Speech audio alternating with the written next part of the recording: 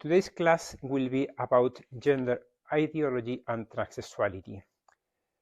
So it is obviously a very delicate topic, and I think that it is possible to speak about gender ideology or self-sex attraction in the public arena without offending anybody, but speaking about the anthropology that I support.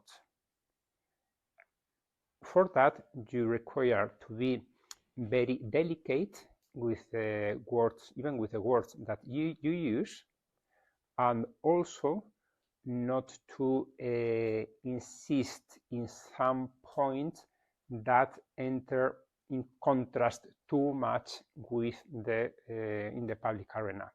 So I can speak all the things that I can speak about what I really think, but perhaps I won't say everything that I think, because otherwise the person in front of me will close or will feel that as a personal offense.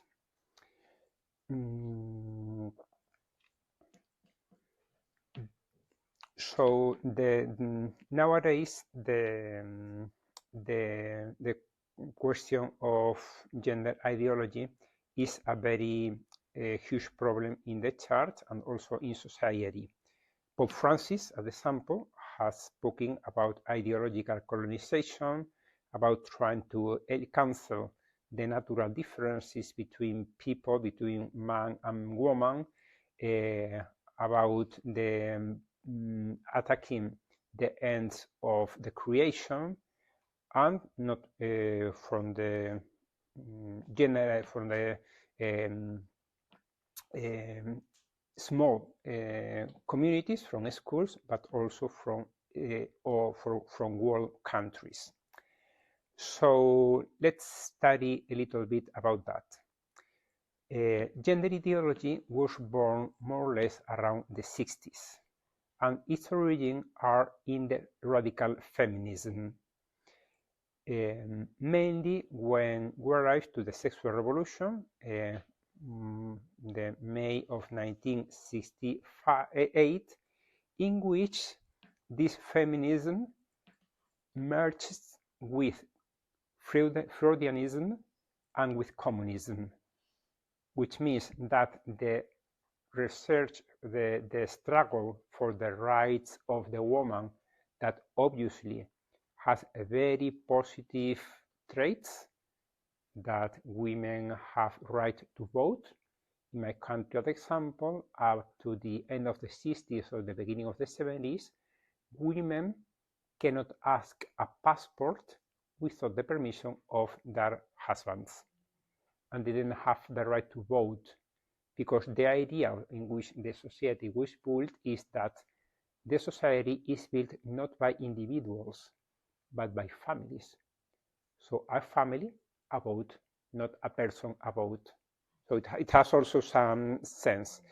But and who in the family? The head of the family, who was the husband. Okay, so feminists that wanted that the women have right to education, that they earn the same money of men when they do the same job, that they have civil rights and so on. Perfect. But the problem is that many of these feminist women realized that women had a weakness, which was maternity. Because when a woman becomes pregnant, he has to be out of the work job for a few weeks or even months before giving birth, and then also after, so as to nourish the baby. And in the classic pattern of family, now they have to stay at home for taking care of the baby. So many feminists, and it is an actual problem still, said you shouldn't have children because then your career, your professional career, will suffer. Or even you shouldn't be married because your husband will dominate you, as the Genesis says, and he will work and you will remain at home.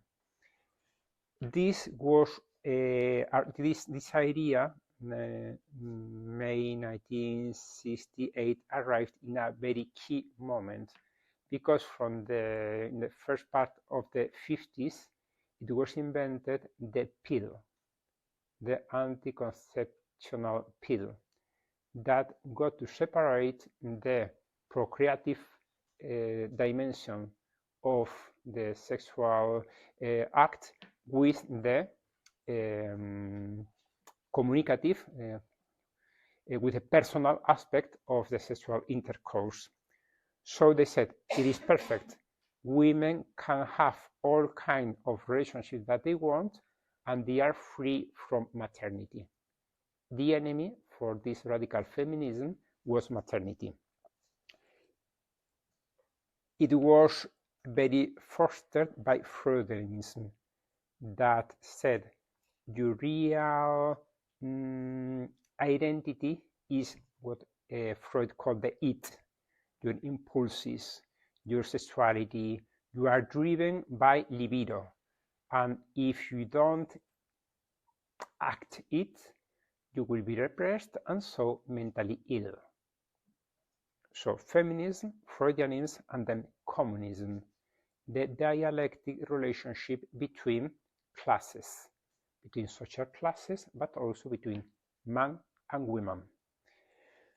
So we arrived to this moment, and we arrived to some of the main characters. One of them, as a theoretical, is Herbert Marcuse, and the other one is Simone de Beauvoir, who said, you are not born a woman, you make yourself a woman. You become a woman.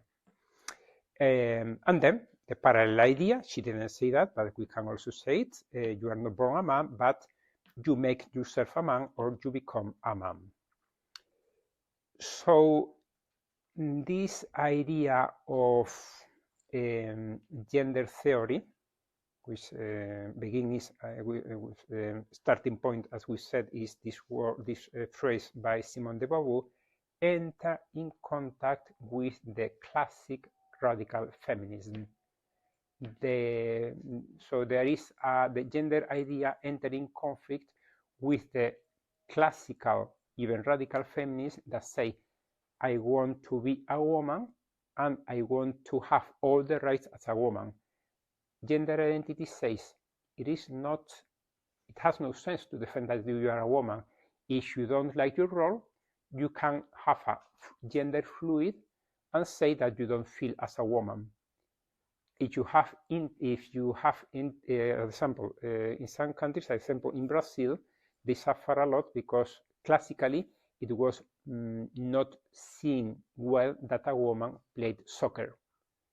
And in Brazil, not to play soccer can be very painful, because the idea was, if you play soccer, means that you have male interests. It is not good for a female, so don't play soccer. A traditional feminist woman would say, I like soccer, I want to play that, I have the same right to play soccer than a man. In gender identity, they might say, if you like soccer, don't worry, perhaps it means that you are a man. So don't struggle to play soccer as a woman, but play soccer as a man. So traditional feminists say, we have been struggling for about 1 century or more so as to have the right to play soccer, or to earn money as a woman, and now you are saying me that it has no value, the fact of being a woman. So that's the reason for which these two wings are struggling against themselves, and sometimes they hate one another more than they hate traditional Catholicism, as example. So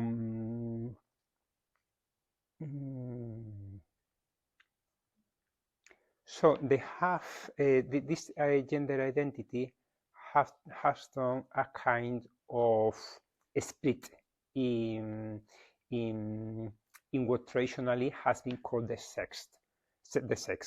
For them, sex refers to human nature, to biology, to chromosomes that have, unless there is a pathology, have only two possibilities, being male or being female.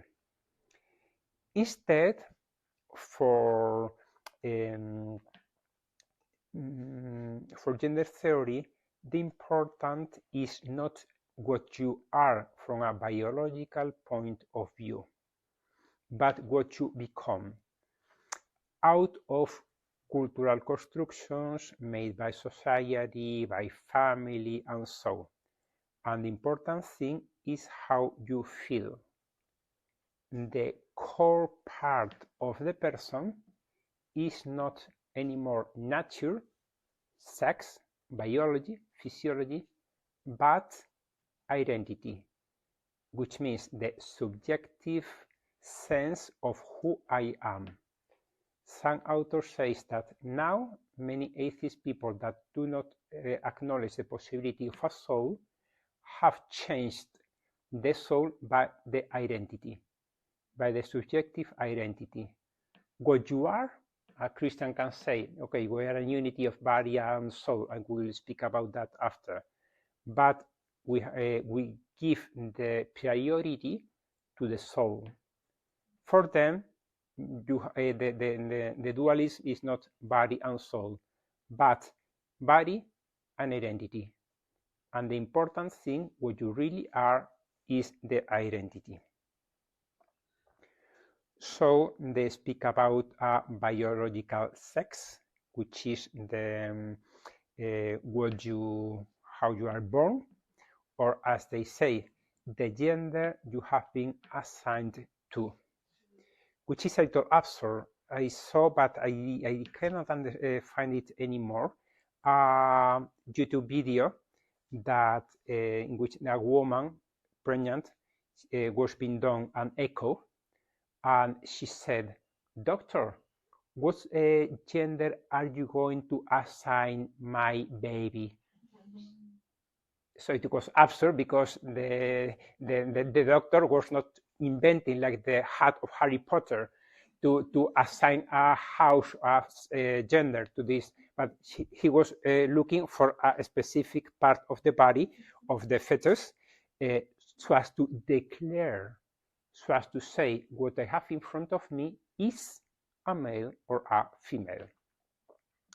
So for them there is a biological sex, there is a psychological sex, which refers to the psychic experiences of how you feel, and then a sociological or civil sex, which is the role that you externally play in society, how society think that you are and what you do.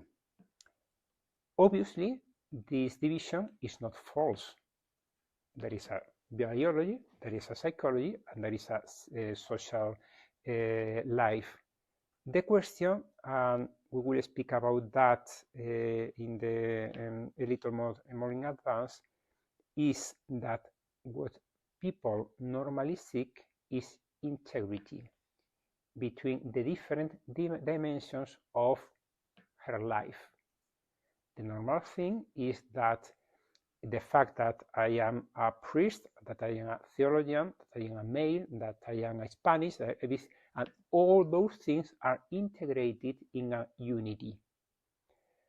And if I said, I don't want to be Spanish anymore, so I am going to look for any other country to accept me, to broke my Spanish passport and get another passport. And then, okay, so if you want to be, we are going to ease you as much as possible that another country adopt you. But perhaps you have to say, hey, what problem do you have with your country? Because your country is not only a piece of land in which you have been born. It is a history, it is a family, it is a culture, it is a language. So what problem did you have with any of these aspects? And perhaps if we find that, if we fix it, perhaps you won't have the necessity of doing a research all over the world so as to be adopted by a foreign country in which you are not rooted. Because if someone adopts me, then I am not part of the history. I have lost my own roots. So it is real that the division can be even useful, but if you look for or you support the split between those dimensions, then perhaps you are worsening a problem that is previous, that is comes before. So for the gender identity, you have a kind of spectrum, gender fluid, in which you can choose how you feel, even in different moments of your life.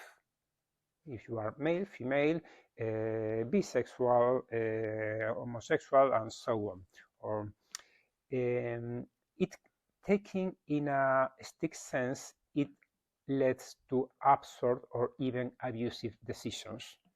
There have been a lot of cases in which usually a man in prison because of crimes says, hey, I feel like a woman. So you have to accept, if the country has accepted those rights, you have to accept that as I feel as a woman, I want to receive the therapy so as to become a woman. I want to be transferred to a woman's prison. And then they have committed the same crimes for which they have been convicted, because despite how they felt or how they said that they felt, their inner life was exactly the same. A funny issue that happened in some of the states of Australia was that they were debating a law for approving a law agreeing sexual gender theory. So one of the members of the party who didn't want to support the law raised his hand and he said, I want to speak to the public. So this party was a minority, so the majority of the parliament said, we weren't going to listen to you, they were shouting and so, and then he went, because he has the right, and he said, now I feel as a woman, so you have to listen to me. Who will be able to say that he does not feel as a woman, and as you have in front of you a woman, a person who feels as a woman, so you have to shut down. You can shout only a man, but not a woman. So he began to develop the problems that he saw to the law, and the people had to hear to it. When he finished, he said, oh, I feel again as a man. So he went again to his seat, and then all the people obviously began to shut him higher, with a higher voice. No, okay. So it is obviously like a joke, but unfortunately, it is a reality in our society. And also, in order to complicate matters, we have also to distinguish between sexual identity, we have spoken about that, how you feel, male, female, undifferentiated, or one of the many variants that you can find, sexual orientation, that can be exclusive to a certain sex or can be only prevalent. It is important to know, so as not to complicate things, that it is normal to have some kind of attraction towards people of your own sex, which means that sexuality is more complex or rich than only genital attraction or genital acts. In people in men and women, it also means that you are attracted by beauty and by what beauty represents. The face, we say in Spain, is the mirror of the soul. If you are attracted by a person, probably it is not only because he's a handsome man or a beautiful woman. It is because she has or he has traits that you like. He has something in his personality that complements or that fills a lack that you have in your personality. And that is why you can be even sexually attracted by some people, even physically, but not only because of a physical problem, but because of the way that he or she is. According to the definition of the Catechism of the Catholic Church, that I like very much, is homosexuality would be when there is an exclusive or prevalent attraction towards people of one's sex. It helps also people to not to complicate themselves very much. I have it a little more in advance. I don't have it in mind. It is 22 and something, or 23.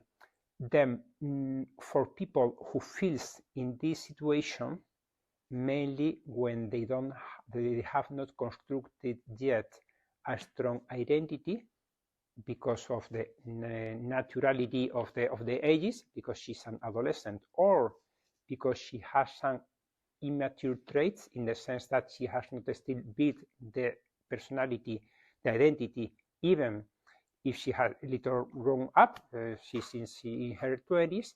What can we recommend them? First of all, to not to have too closed and exclusive relationships, because it is very easy that when you are the best friend, the person with which you spend a lot of time, the person with which I feel so identified, the only one that understands me, there are so many affective points in common that it can also become eroticized. So if a person has this problem, keep treating that person that you like, that helps you to feel better, but don't close to her, because if you do, you will get poor as a person, and there is this danger. And second thing, go to an ambient in which you have to deal with people of both sexes, even if you live a celibate life, because world has two sexes, and in some institutions you have to take distances between male and female members of the institution, but not with male and female all over the world.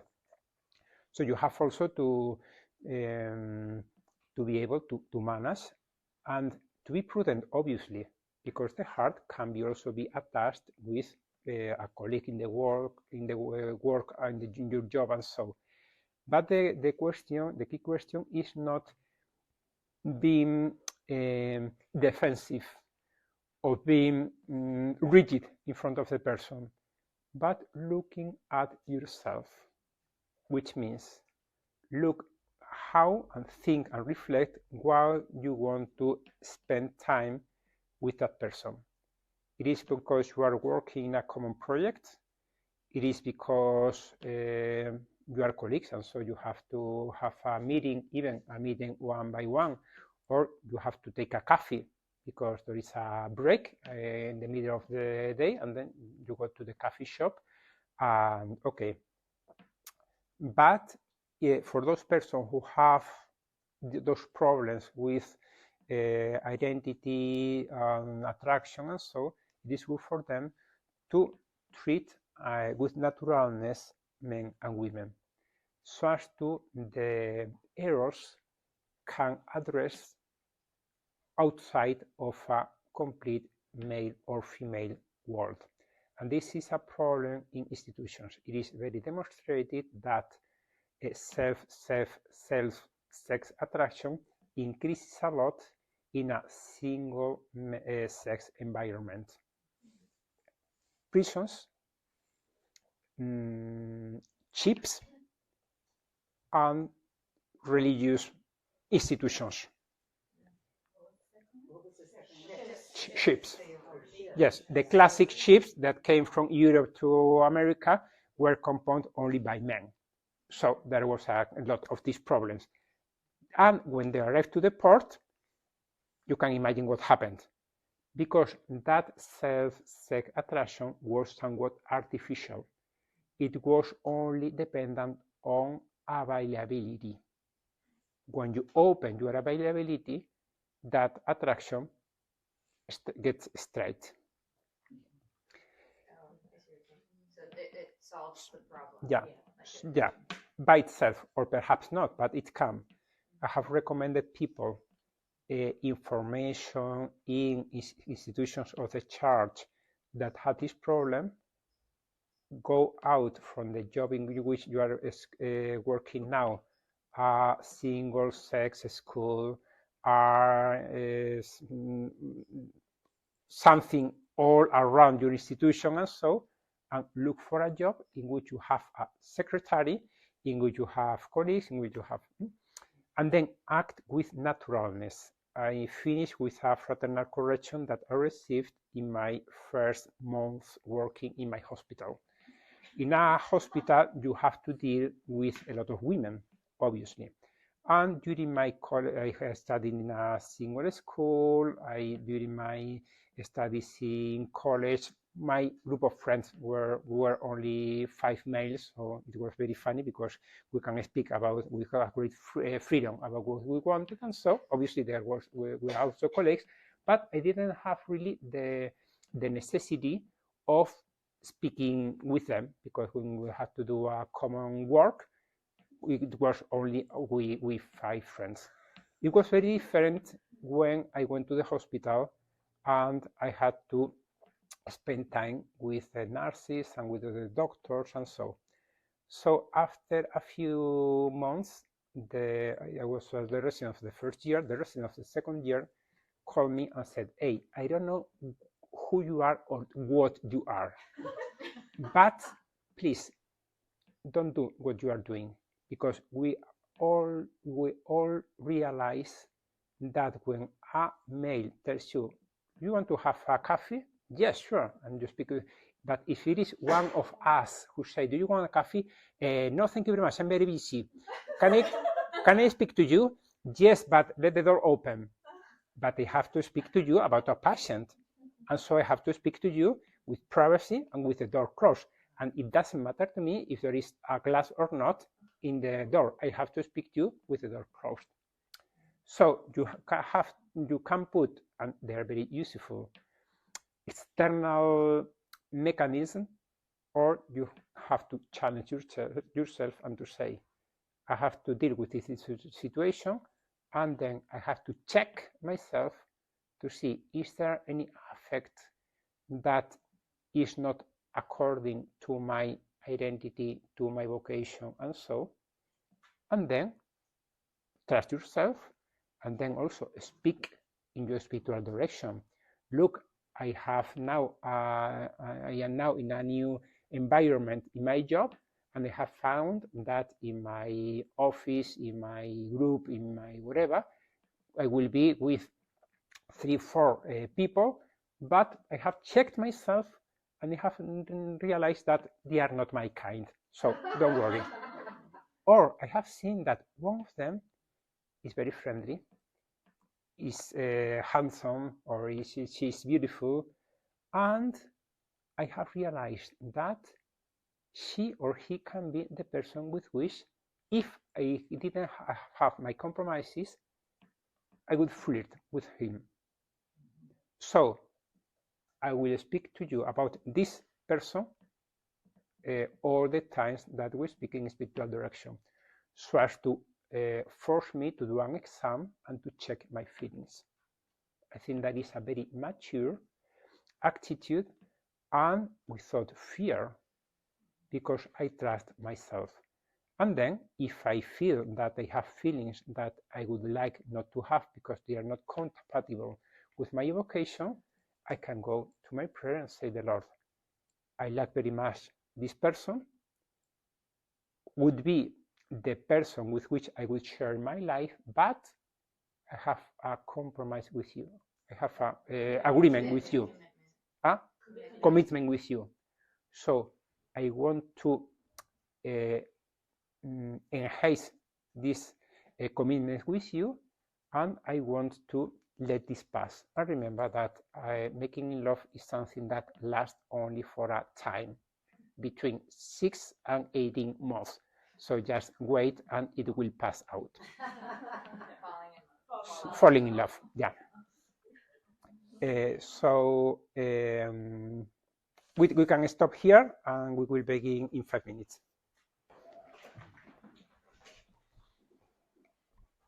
Okay, so let us go to some anthropological issues. My idea was to speak, but the ideal thing would be to do 2 classes, one from a Catholic point of view, and another one from a secular point of view, because the problem that I have seen in many classes is that they are very nice to convince people who are already convinced. If you accept that man has been created by God, and that male and female, he created them, and so on, then perfect. But if you don't agree that, then all the rest of the class won't work for anybody. So that's why I said that the fact of integration of the person, of the different dimensions of the person, might be a good starting point. But it requires to think, to know and to acknowledge the unity of the person, the unity of the bodily and spiritual dimension. And when we speak about the spiritual dimension, we are not speaking about the supernatural soul that is called to live in heaven forever, but only that you have some dimensions in yourself that are not only physical or biological, and that those things are the most important in your life, like your values, like love, like your ambitions. They are not biological, so they are spiritual, and that ideally there should be a unity of both of them and not a split.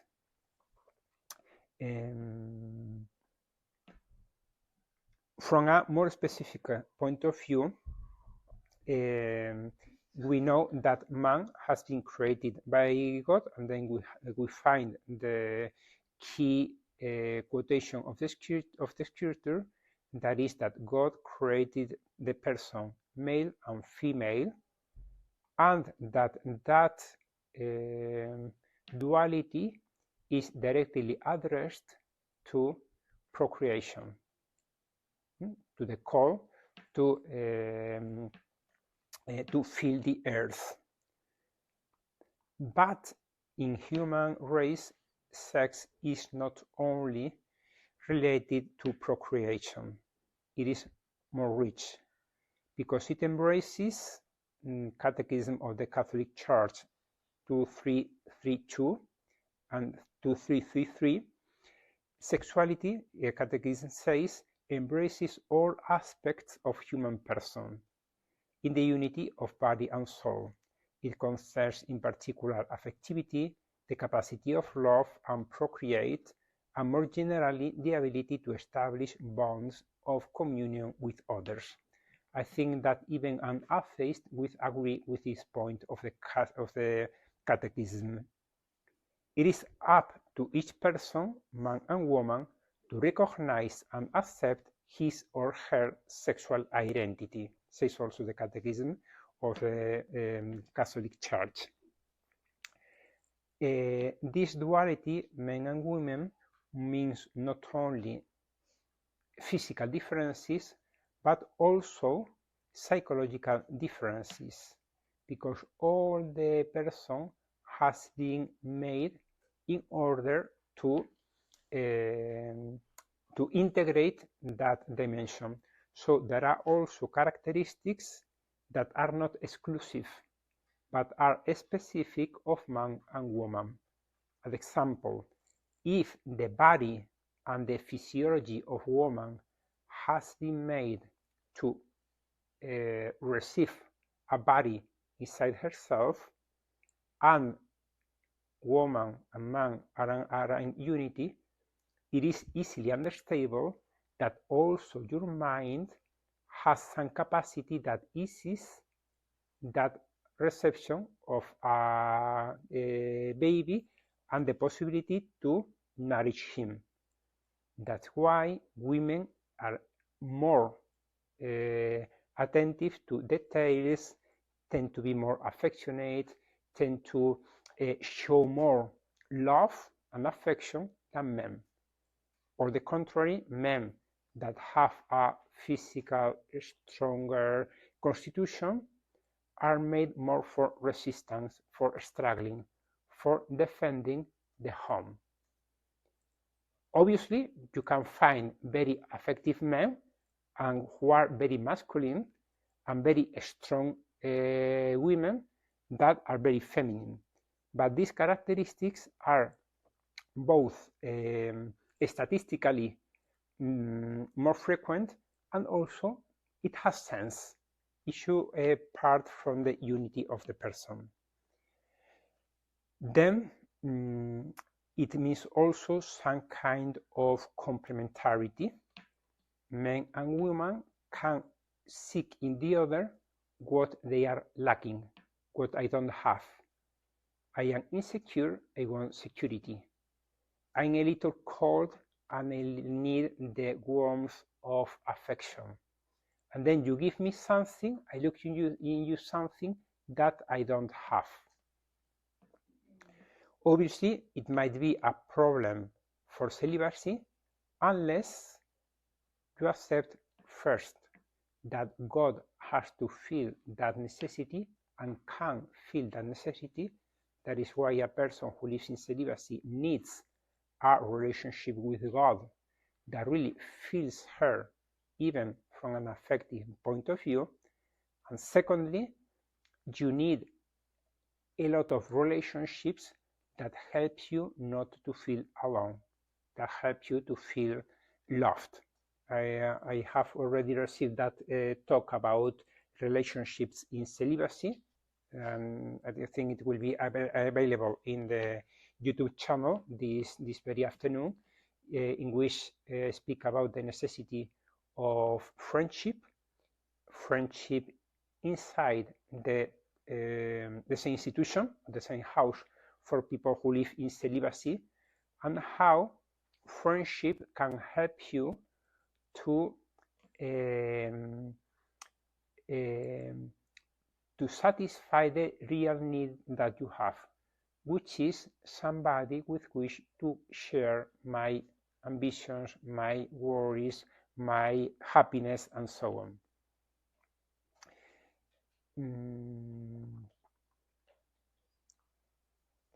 So we have spoken about identity, and then we can go again to the problem, to the issue of transgenderism or the gender. It is acknowledged that the question of transgenderism is nowadays a pandemic, similar to the one that we found with anorexia in the late 90s, because this insatisfaction with the bodily dimension has been very spread by the media. And now the media that has spread it more has been not so much YouTube or Instagram, but TikTok, in which a lot of people can upload videos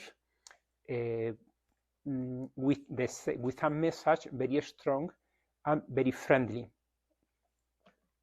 So now it has happened ever, and the problem of the issue of transgenderism is something that you can find during the history of humanity for a lot of centuries. It has been even considered as an illness, the gender dysphoria. You don't like what your gender is, and you struggle against that. But the problem is that it has been multiplied, the incidence of this problem, per thousands per 100. So the numbers that you used to have 40 years ago, now you have to add 4 zeros, and those are the people that you find now saying that I don't like to be what I physically am, or I don't feel like what I physically are. So what is the problem? The problem is that the pressure from the ideology, and that is one of the reasons for which we can call it an ideology, has overwhelmed the common sense. And you find a person that by definition do not have still yet a strong identity, have doubt, or even does not feel like what the body is, and then the only answer that you can give her is go ahead with that feeling that you have. Don't ask any more questions. Don't ask if there is some more insatisfaction in her life. Don't ask her if she has problems in school, family, and so. Don't show her a different narrative than she has listened in the media. The only thing that you can do is support them. Otherwise, you can have even legal problems. You can be fired by from your job, from your school, So, and what is the answer that many countries, at example mine, have to do? Just to do what is called the affirmative therapy. That has several steps. The first one is social, change the name or the pronouns to call that person. Second one, hormones that block puberty. So when you have the person having this problem, so, you stop the developing of the sexual characters. Third one is cross hormone, that means to give testosterone to girls or estrogen for boys. And fourth one is surgery. The easiest one for girls is mastectomy, to take out the breasts, and then most of the people stop with that, but they can do a second step, which is building the genitalia for boys or girls according to their identity. The damage in this case, when you go to therapy, to surgery, is irreversible, obviously, but it is also somewhat irreversible that the fact of the use of hormones, the crossed hormone, or the blocking the puberty, because if you don't live your adolescence, you will have a lack for the rest of your life. From a physical point of view, if you block the hormones, the person will not grow from a physical point of view, so she will be small for the rest of her life. But also because you have to construct your identity during the years in which you have to do so. Specific characteristic of these gender issues is that the identikit is different from homosexuality. The prototype of adolescent is it can be very wide, but the profile for homosexuality is usually a male about 16 years old or over. Instead, the profile of a transgender is a girl age 13, even 12, depending, but more or less 12, 13. So what happens? First of all, because it is a problem more for adolescent girls and because they are younger than men. So we have to go what happens when girls arrive to 13 years old. And what happens is that there is an explosion of hormones in which they began to have externally the shape of a woman. And here women have a inconvenient different from men, because for man the changes that you suffer when you enter into adolescence usually are very appealing. You grow, you become stronger, you can do challenges that before you cannot do. The problem is that you have to check yourself, but you can also not to check yourself. But socially, it is accepted, and it helps you to be more successful. Instead, for women, the normal development can be successful, but cannot be so successful. Even they can be traumatic. An example, the menstruation, which is objectively uncomfortable, even painful. The fact of having a female shape that can lead to receive obscene comments, that is, to see you as a body, to fix the sight on a part of your body and saying, hey, after inner of that part of my body, there is a person. Don't look only to me from a physical point of view, because I feel very uncomfortable. Then there is a growth that is asymmetrical and contrary to men, that become strong women naturally experience a growth in the hips. Why? Because between a hip and another hip, you have to be prepared so that the head of a baby can pass. So you need to have a big distance. But the problem is that that shape is in contrast with the silhouette that is more appreciated by the fashion. So it is something that can be also not so well received by the woman, that gets farther from the canon of beauty that society imposed her. So you can find women that do not accept those elements that make them an initial adult woman. If they have problems in the school, if they don't, it is a change, and it is really a real change when you look at yourself in the mirror and you say, I am not the person that I was 2-3 years ago, and I don't like it.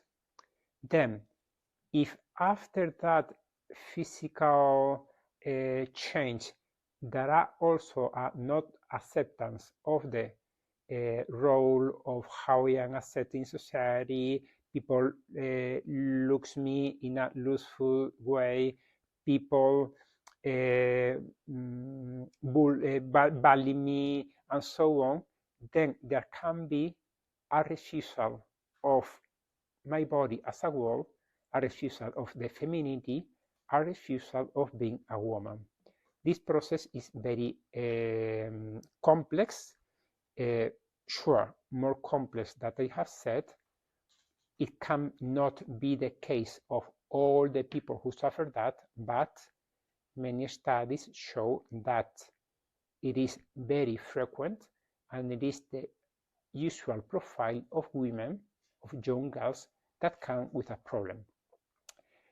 If then you say, I am going to hormone surgery, and so you can change that, but the problem is not physical. It is a problem of self-acceptance.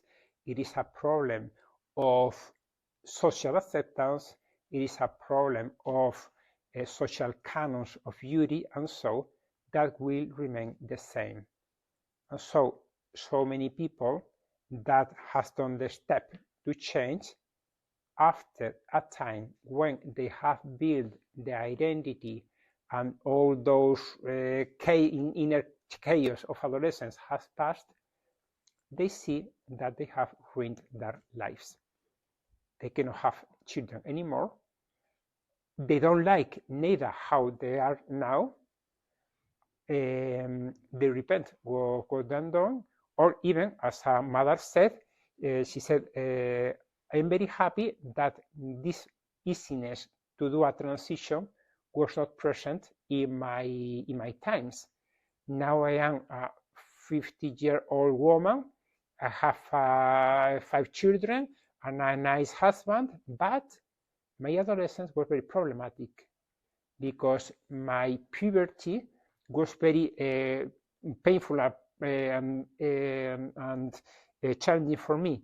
If I had had those easiness that adolescents have now my life would be very different from it is now, and surely it should be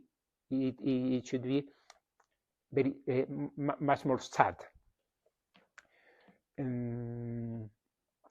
Other traits that can affect also that refusal of the body are, we have spoken about bullying, a history of abuse that leads to the rejection of a dirty body, of a body that has been dirt, of the fact of being a girl so fragile and a person who can vulnerable that can be abused, the social networks, as we have said, and all the psychological problems as anxiety, depression, eating disorders, and so on, that reflects that something does not work, or a conflict family.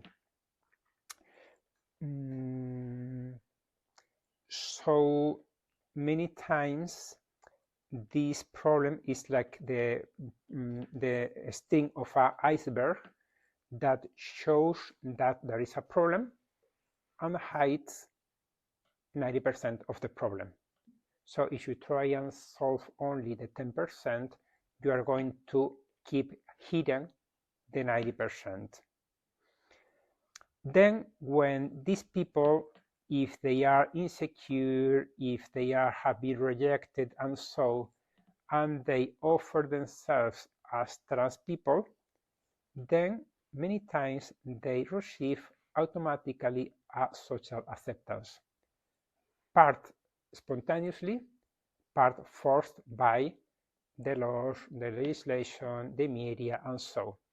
So imagine that you have a girl, insecure, closed, poor social skills, problems with the family, that spending time in the internet finds a TikToker that says, I was very unlucky in my life until the moment in which I realized that I was a trans. And then I did the transition. And now I am happy. Hey, perhaps I have the same problem. Perhaps I need the same solution.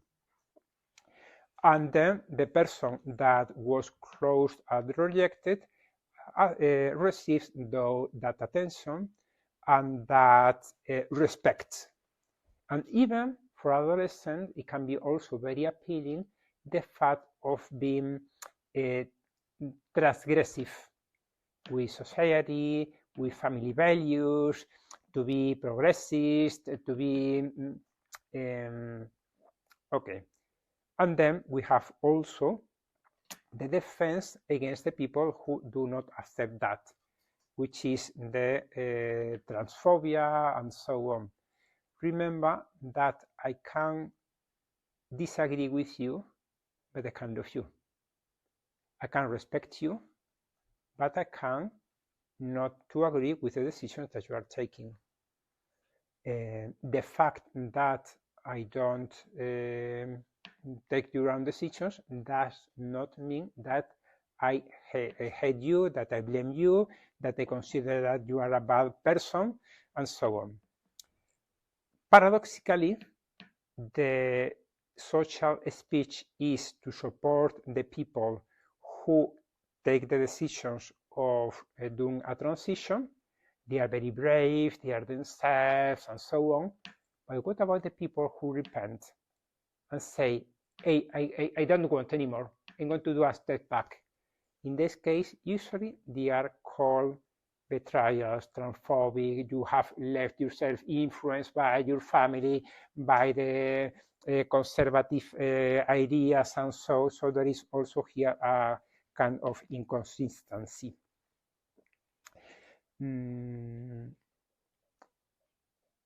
Okay, so let us speak about some concrete measures that you can recommend the mothers in the school, the people that you know. I'm going to finish and then we will have, I hope, some time for questions.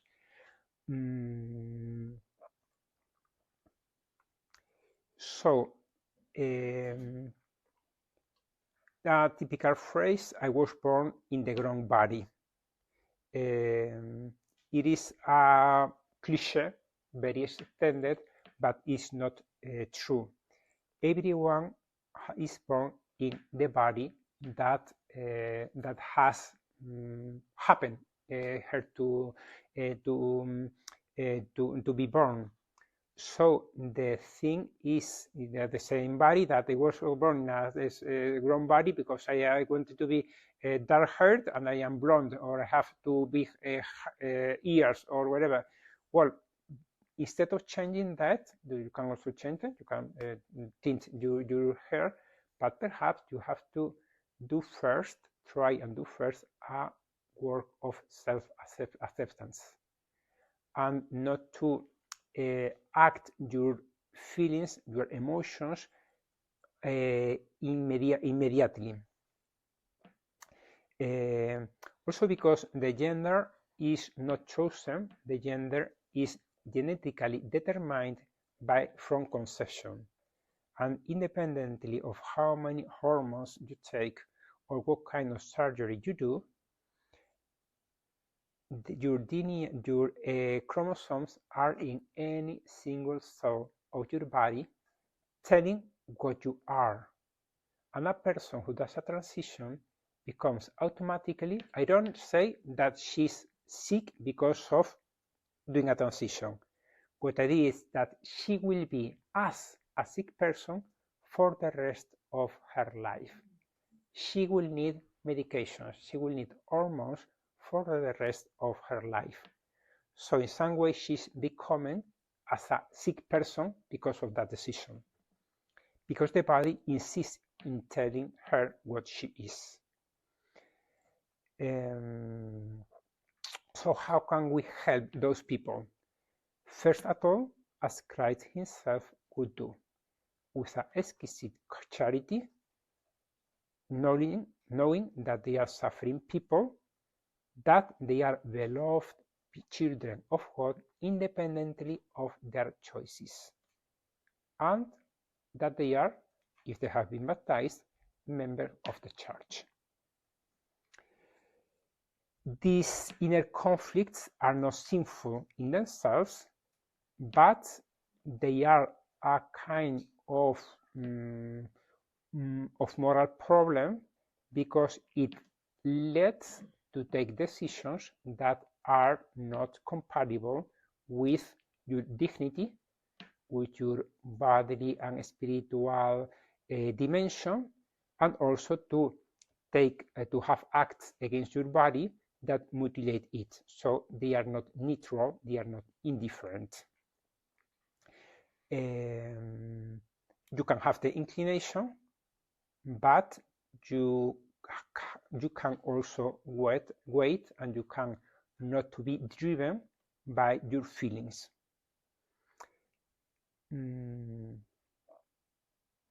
So first of all, the first measure obviously is prevention. Prevention, to speak about everything in the house, to have a good formation, from the affective point of view, from the sexuality, attention with the cell phone. We spoke about that yesterday. Inside the room after 9-10 p.m. There can be or the cell phone or the internet, but not both things. When the problem arises, foster the dialogue within the family. And this is a risk. A person with difficulties in family communication that says that she's a trans, and then all the family focuses on the problem. It can be a reinforcement for the people. I didn't ever speak with my parents, and now I am the center of the house. Obviously, it is not conscious, but it is what is called a secondary reward or gaining.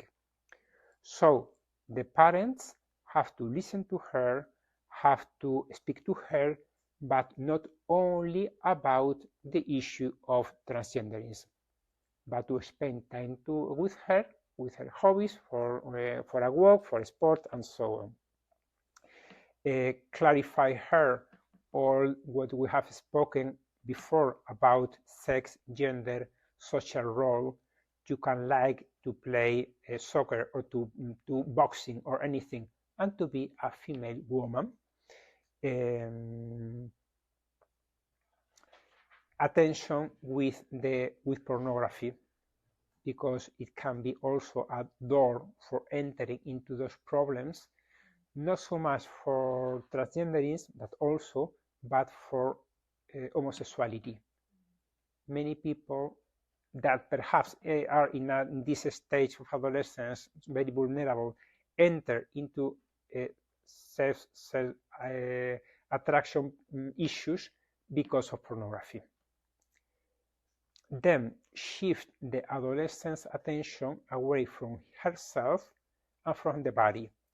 So foster hobbies, relationships outside the internet, not to spend so much time in the internet, and help her to have a healthy relationship with that body that can be made by sport, dance, some kind of bodily expression that helps you to reconcile with that body that you don't acknowledge, you don't recognize as yourself.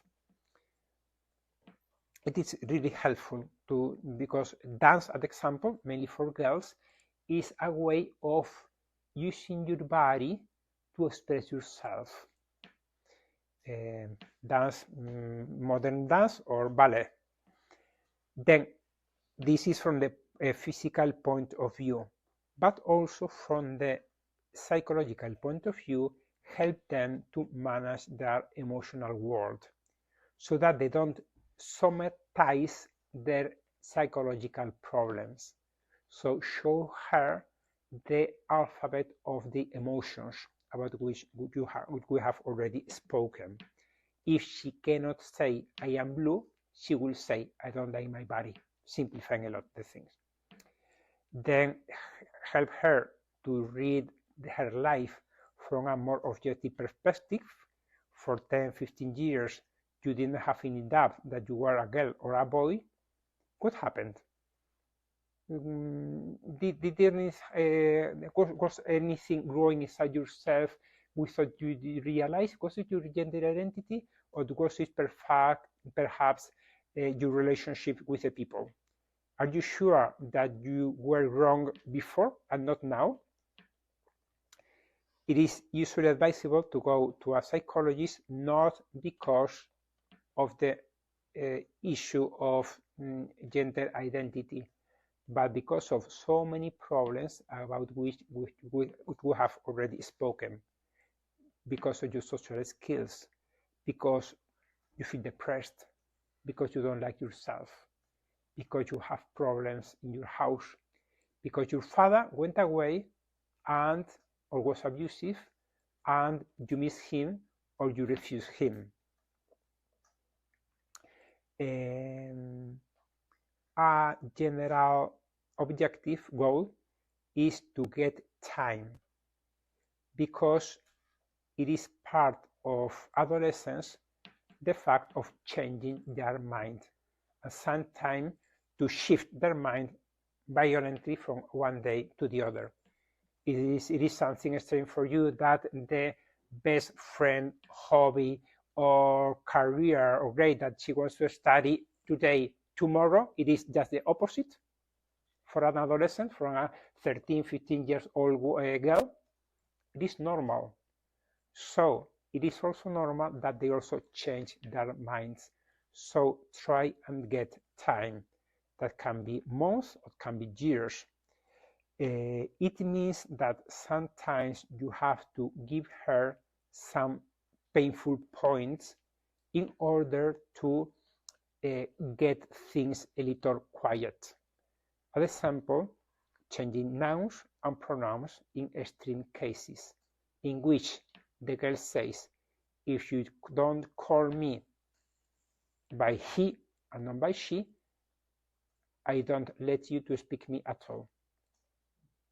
It depends on the family, and dad and mom have to agree. Attention, because they can, the marriage itself can suffer. It is important that they agree. But it can be better to call the boy or the girl with a different noun or pronoun than not to speak to him or her at all. And then you can get some time. If possible, try and get a name that is neutral, because perhaps if he's called Mark or she's called Eve, it is too specific. But there are other names or nicknames that can be said, and they're not so clear. It is advisable for parents to be well informed and trained. There are a lot of parents associations in different countries.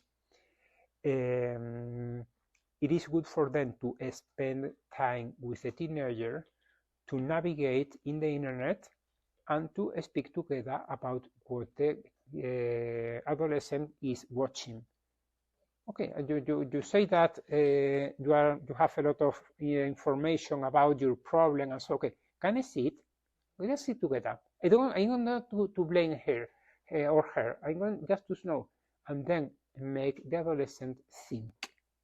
And then when we spoke about the validation, and we said when you are able to understand what is in the mind of the adolescents, then you can offer him or her what you have in your mind. And you can also show him or her your data. For example, the fact that 3 years ago, countries as England and Finland reversed their very open policies that facilitated the transition. In England, it was because the main surgical clinic had a lot of complaints and denounces, and they had to close.